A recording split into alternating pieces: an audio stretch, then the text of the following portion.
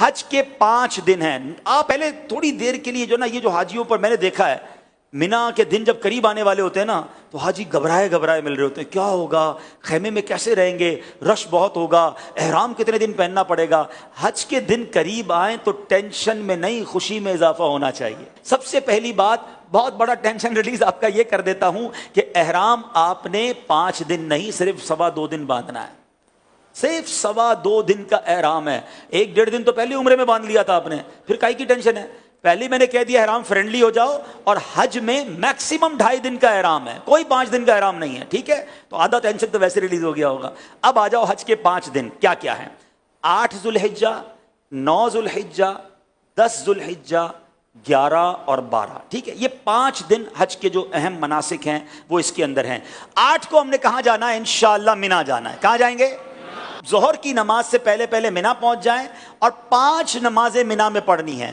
ظہر, عصر, مغرب, عشاء اور فجر. فجر پڑھیں گے وہ کون سا دن ہو جائے گا؟ ویری گڈ, کون سا دن ہو جائے گا؟ 9 کا دن. 8 کی ظہر سے لے کر 9 کی فجر تک ہم نے منا میں رہنا ہے. 5 نمازیں پڑھنا منا میں سنت ہے. اب 9 کی فجر کے بعد یاد رکھیے گا, حج کا crucial day, most important day of حج, جس کو وقوف عرفہ اور جس کو یہ کہیں کہ وہ رکن اعظم ہے حج کا, اس کے بغیر حج ہی نہیں ہو سکتا, اور وہ ہے عرفات کا دن. اور اب یہ دن آ گیا ہے 9 ذوالحجہ, یہ یوم عرفہ کہلاتا ہے.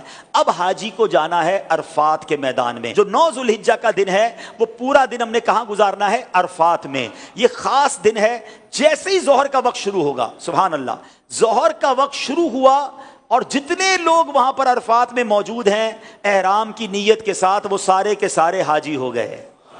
ہاں, ایک لمحہ بھی کسی نے ظہر کا وقت شروع ہونے کے بعد سے لے کر اگلے دن صبح صادق سے پہلے عرفات میں گزار لیا, وہ حاجی ہو گیا.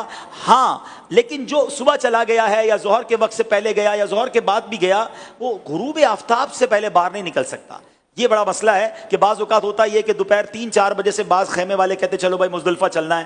نہیں, مغرب کا وقت ہو گیا, اب آپ آ جائیں گے مزدلفہ.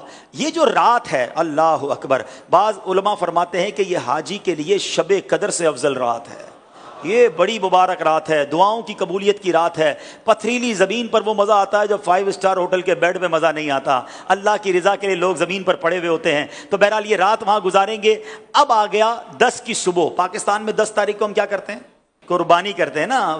حج کا دن ہوتا ہے, عید کا دن ہوتا ہے نا. ہاں جی, بڑی زبردست عید مناتا ہے. 10 تاریخ کو پہلا کام ہم نے کرنا ہے کہ ہم نے رمی کرنی ہے. ہم نے شیطان کو کنکریاں مارنی ہیں. اس کے بعد قربانی کرنی ہے. اس کے بعد حلق کرنا ہے. یہ 3 کاموں کی ترتیب یاد رکھیے گا. پہلے کیا کرنی ہے؟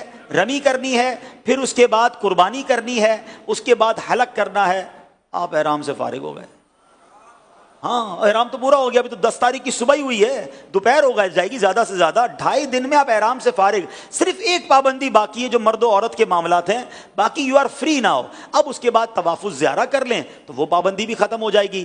اس کے بعد یعنی یہ 10 کا دن جو ہے, آپ چونکہ تھوڑا بیزی ہوں گے, پہلے آپ رمی کریں گے, پھر قربانی کریں گے, پھر آپ حلق کریں گے, غسل وغیرہ کر کے لباس پہنیں گے. اگر شام کو طواف الزیارہ کرنا ہے تو کر لیں گے, ورنہ اگلے دن کر لیں گے.